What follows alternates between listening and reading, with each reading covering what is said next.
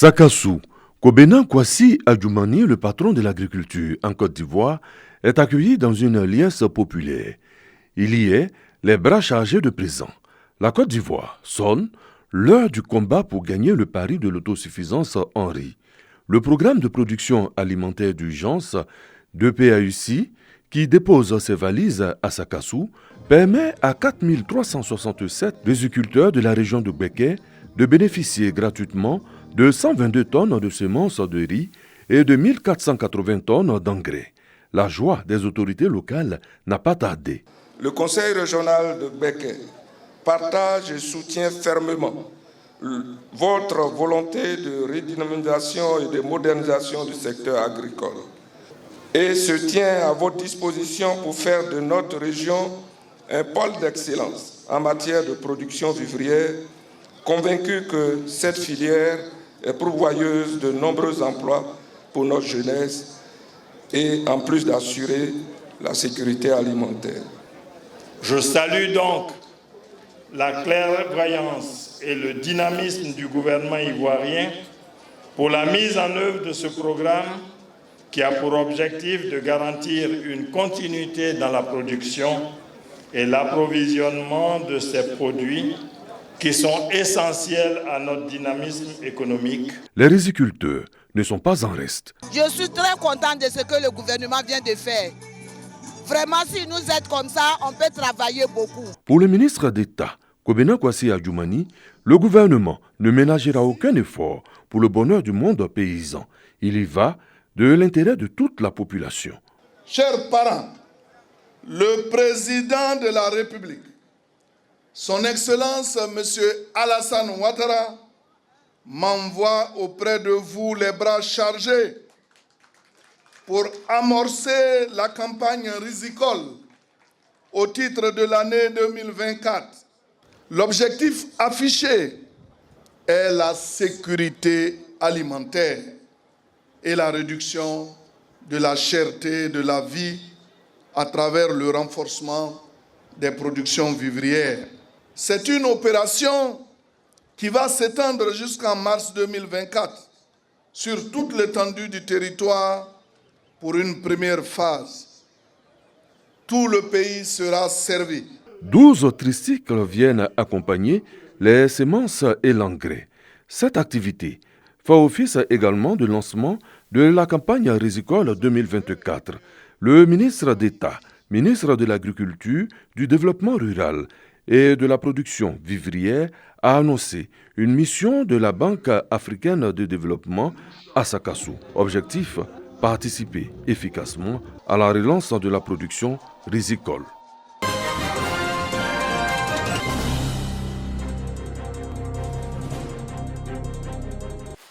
D'ordinaire très calme, le village de Tanou Sakassou dans la commune de Boaké est en mouvement ce jour.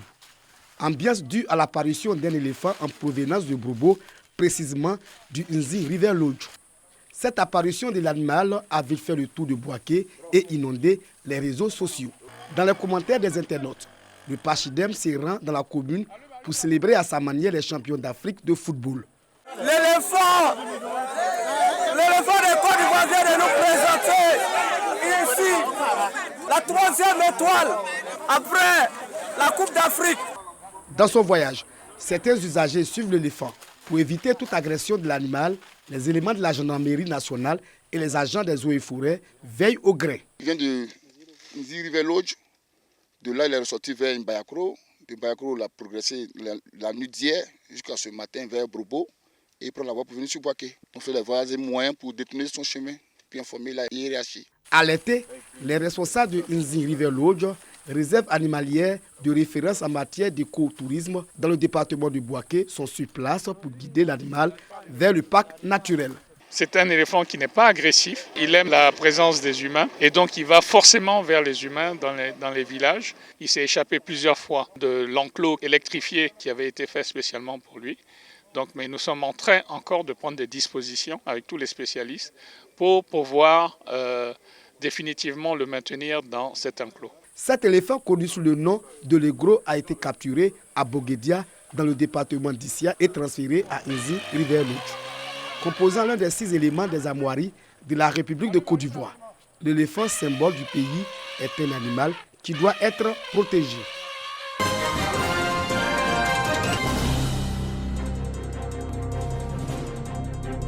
Le programme triennal 2025, 2026, 2027 a constitué le centre d'intérêt de la première réunion de l'année 2024 du Conseil régional du Humboldt. Une rencontre présidée par le ministre de la Transition numérique et de la digitalisation, Khalil Ibrahim Konaté, par ailleurs président du Conseil régional du Humboldt. Avec un budget de près de 6 milliards de francs CFA, le programme triennal comprend 42 opérations, dont 13 nouvelles et axées à 100% sur l'éducation, la santé et l'eau potable. La jeunesse est aussi prise en compte avec des projets avicoles et de dons de tricycles. Nous avons fait donc passer les montants que nous allouons à la jeunesse de 15 à 30 millions de francs CFA. Et des projets très structurants sont en train d'être montés en direction de la jeunesse. Ils devront rembourser pour nous permettre de répéter l'exercice avec d'autres jeunes. Une satisfaction pour la société civile de la région du Humboldt. Tout le monde peut arriver s'il se concentre, qu'il met du sérieux dans ce qu'il fait. Donc aux jeunes du Humboldt, qui chacun dans son domaine puisse faire des projets pour qu'on puisse les venir en aide. Les conseillers ont approuvé le compte administratif du président et la gestion du PE au cours de cette rencontre du Conseil régional du Humboldt, marquée par la présence du corps préfectoral à Katiola.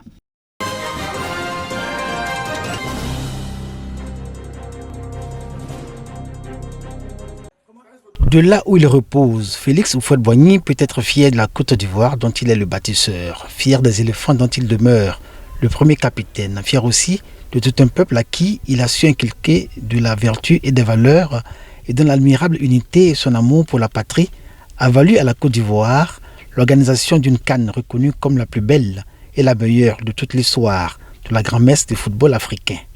Comme en 1992 pour le premier sacre continental des éléphants, Houphouët-Boigny aura été en 2023 l'un des artisans majeurs du triomphe de la Côte d'Ivoire en cette 34e édition de la Coupe d'Afrique des Nations de football. La nation entière lui est reconnaissante. Nous avons joué à Yamoussoukro, nous sommes venus demander sa bénédiction, son onction, son accompagnement. Et par la grâce de Dieu, nos paroles ont été entendues. C'est simplement une visite de reconnaissance, j'insiste. C'est à partir de Yamoussoukro que le chemin a été nettoyé et que tout s'est bien passé. Donc aujourd'hui, que la FIF soit reconnaissante pour nous, autorités de la ville, c'est un honneur immense, c'est une grande joie. Des héros attendus, seul l'entraîneur Emers Faye était présent. Les joueurs ont regagné leurs clubs respectifs. Si les chefs de village issus des deux cantons qui forment Yamoussoukro cachaient mal leur déception, leur consolation est venue des séances photos en compagnie de Faye et Emers. Pour cette tête couronnée, un souvenir. Autant ils ont loué l'héroïsme des éléphants, autant ils les ont félicités d'avoir tenu parole et honoré la mémoire de leur premier capitaine, en emmenant le trophée jusque sur le caveau où il repose à jamais. Un pays à Caen, et notamment chez les Baoulés, pareil acte appelle la protection des forces invisibles et place d'emblée ses acteurs dans les meilleures dispositions pour aller loin et même réussir. Le départ a été faussé. Mais comme le père ne se fâche jamais contre son enfant, il les a appelés et ils ont répondu à son appel. Venez vous recueillir sur la tombe de celui qui vous a donné le nom éléphant, parce qu'il vous appelait en son temps éléphanto. Sur le plan spirituel, nous avons fait ce qu'on pouvait faire. La prière qu'on a demandée aux mains des ancêtres, aux esprits de l'eau, à tous ceux qui nous entourent, ces esprits-là ont répondu favorablement à notre appel. C'est ensemble qu'on a gagné la coupe, avec en plus de ça l'apport du peuple, l'apport du public qui nous a vraiment aidé, qui nous a donné vraiment beaucoup de force et dont je tenais à remercier encore une fois aujourd'hui parce qu'ils ont été très importants et aujourd'hui ça permet à toute la Côte d'Ivoire d'être ensemble et d'être contents et de partager le bonheur d'être champion d'Afrique. Les éléphants champions d'Afrique 2023, une victoire à paternité plurielle. Ils peuvent savourer le sacre et le temps venu se concentrer sur les échéances futures avec cette certitude de soutien divers. Dieu, les ancêtres, Houphouët-Boigny, le public, mais surtout le travail.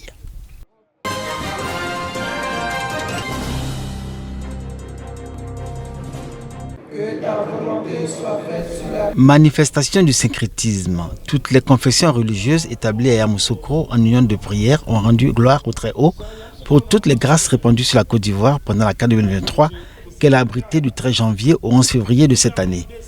Une reconnaissance à Dieu sur des registres différents, exprimée par les catholiques, les musulmans, les protestants méthodistes, évangéliques, baptistes, les chrétiens célestes et les adeptes du Déma, ainsi que bien d'autres groupes religieux, lesquels ont œuvré au nom de Dieu sur le temps de la supplication et prié sans cesse pour accompagner les éléphants dans leur quête du trophée continental. Le Très-Haut a exaucé leur prière et il a permis à la Côte d'Ivoire d'être championne d'Afrique pour la 3e fois de son histoire. Gloire à Dieu. Devant 23 nations, la Côte d'Ivoire a su tirer son épingle du jeu. Dieu est dedans. C'est Dieu qui nous a donné ce triomphe. Dieu est déjà au contrôle à Yamoussoukro. Vous avez la plus grande basilique, la mosquée de la paix également. Quel symbole plus fort pour vous dire que Yamoussoukro croit en Dieu et Yamoussoukro prie Dieu également.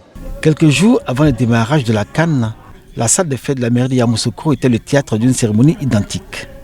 La réussite de la CAN 2023 pour laquelle le président de la République, Alassane Ouattara, a exhorté toutes les confessions religieuses à y apporter leurs prières et inviter l'ensemble des Ivoiriens à la mobilisation et à une participation effective était l'enjeu majeur qui engageait à la fois la responsabilité du chef de l'État et celle de la nation entière.